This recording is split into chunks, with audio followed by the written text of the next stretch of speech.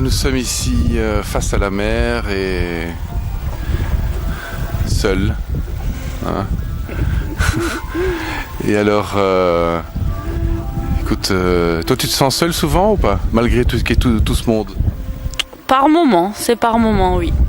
Hein, même tellement entouré, il y a tellement de monde autour, tu te sens parfois seul au milieu de la masse? Oui, t'as toujours cette foule et puis tu te sens un peu décalé parmi ces gens. C'est assez paradoxal en fait. Hein. Oui, c'est vraiment paradoxal. Il y a on n'a jamais autant communiqué que dans toute l'histoire du monde. Et malgré ça, il n'y a jamais eu autant de solitude que dans toute l'histoire du monde. C'est curieux ça quand même, cette contradiction. Mais pourquoi on a ce sentiment d'être si seul? Tu prends l'exemple d'ici où tu as des clients tous les jours, tu as 1000, 2000 personnes chaque semaine et tu te sens quand même un peu seul. Ouais, ça c'est vraiment la vraie question, je pense. Ici, dans un lieu comme celui-ci, je pense qu'on peut choisir ou bien se retrouver soi, hein, avoir des moments comme celui-ci, où on est vraiment bien avec soi-même, se retrouver soi-même.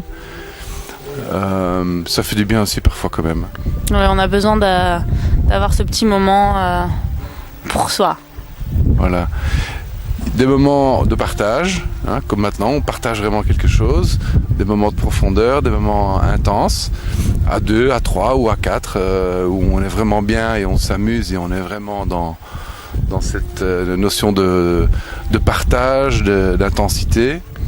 Ouais, c'est vrai que on peut partager aussi ces moments à plusieurs. Ça peut aussi t'apporter en fait ce sentiment de relaxation. Et c'est encore mieux quand tu le partages, des fois aussi. Ça c'est le max quoi. On devrait pouvoir provoquer ça tout le temps, ouais. Dans chaque rencontre. Mais le problème c'est que les gens prennent pas ce temps justement pour eux-mêmes, on va dire. Et je pense que ça leur vient même pas à l'idée, ils oublient. Alors que quand tu viens en vacances, là ils sont dans un univers différent, dans une ambiance différente, c'est à ce moment-là ils prennent le temps. Mais dans la vie de tous les jours, est-ce que chaque jour les gens prennent le temps de se poser 5 minutes pour se lâcher? Oui, et rencontrer, tu sais, quand je vois le nombre d'amis Facebook, 500 000, 1500 amis, hein, on a qu'un d'adresse énorme et finalement on est tout seul. Si tu te dis, tu prends tous les amis que tu as et un jour il t'arrive quelque chose, tu as besoin de quelqu'un, est-ce que tes 1500 amis seront là pour toi? Ça m'étonnerait. Donc non, on a toujours ce petit moment de solitude. Donc en fait la clé c'est de provoquer des moments de vraies rencontres. C'est ça la notion du partage, à mon avis. C'est vraiment cette qualité de rencontre qui fait que toute la différence. Hein, si le jour où je serai sur mon lit de mort, c'est ces moments-là que je vais me souvenir. Ces moments d'intensité, de partage, hein, ces moments-ci où on était vraiment dans la rencontre de l'autre. Ouais, c'est ça qui t'apporte en fait cette émotion, ces envies d'aller plus vers les gens. Et il faut toujours les provoquer ou ça vient tout seul? Je crois que c'est une décision personnelle, je crois. Ouais.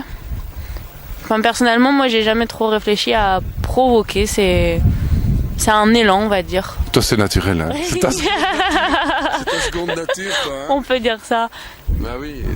Le message à faire passer aux gens, en fait, aujourd'hui, c'est de leur dire de provoquer tout ça.